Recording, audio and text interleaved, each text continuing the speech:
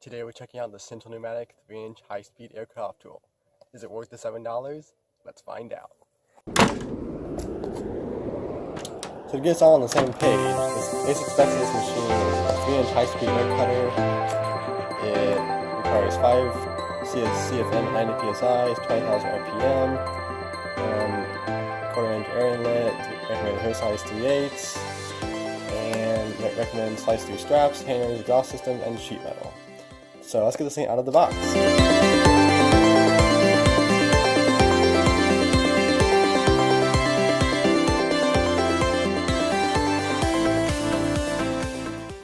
In the box we have the tool itself,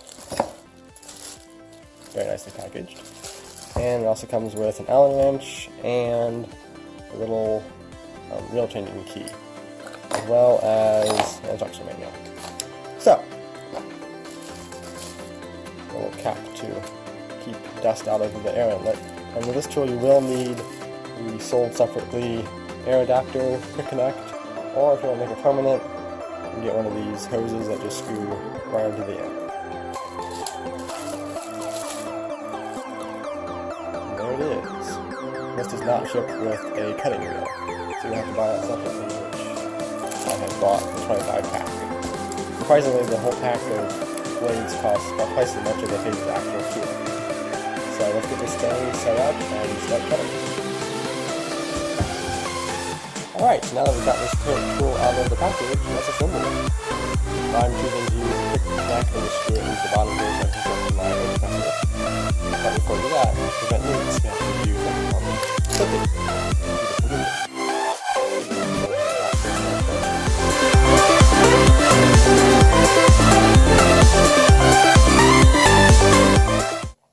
Alright, so you can actually use the little wrench that comes with it to tighten it up. However, I'd much rather recommend using the actual wrench tighten up, as you can get a lot more leverage on it and get it much tighter, preventing leaks in the future. Let's go ahead and tighten it. Screw it in there and tighten it up. And then we're ready to put our blade on. That should be fine. Now we shouldn't get any leaks out of there, and it should disconnect so we can easily just switch from tool to tool. Now let's put the blade on there. Basically, just undo this little Allen head screw in the front of here. Grab your 3-inch cutting disc, put it over it, and put the little washer. We showed a little indentation in the washer that's facing towards the blade. And it sits in this little reset, this little raised up area right there on the spindle. So it makes a good solid connection with the wheel. I'm just going to take a little Allen head bolt and go ahead and put it back in the shaft. And then you're going to hand tight. Then you take your little tool that comes with it, and the Allen wrench that comes with it. You place the little tool right in the back here. There's 2 little notches right in here. You place it in. That locks it in place so you can't turn the shaft anymore. You take your Allen head wrench and then tighten it down. Just like that. Now this tool is ready to cut metal. Let's go.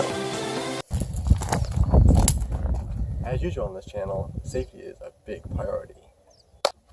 Haha! Let's cut! So what we're going to be cutting today is this 1/4-inch rusty bolt that I had laying around. We're just going to see if it'll cut through it. So this is what it's recommended for. So let's try this.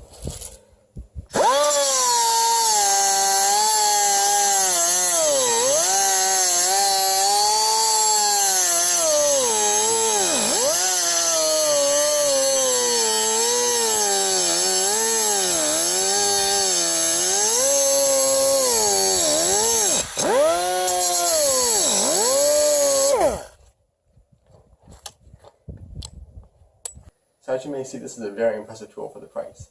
Although it may not be the most powerful tool, although I was only using a 10-gallon 1-cylinder air compressor to power it, but this is an incredible tool for the price. I'd highly recommend picking one up.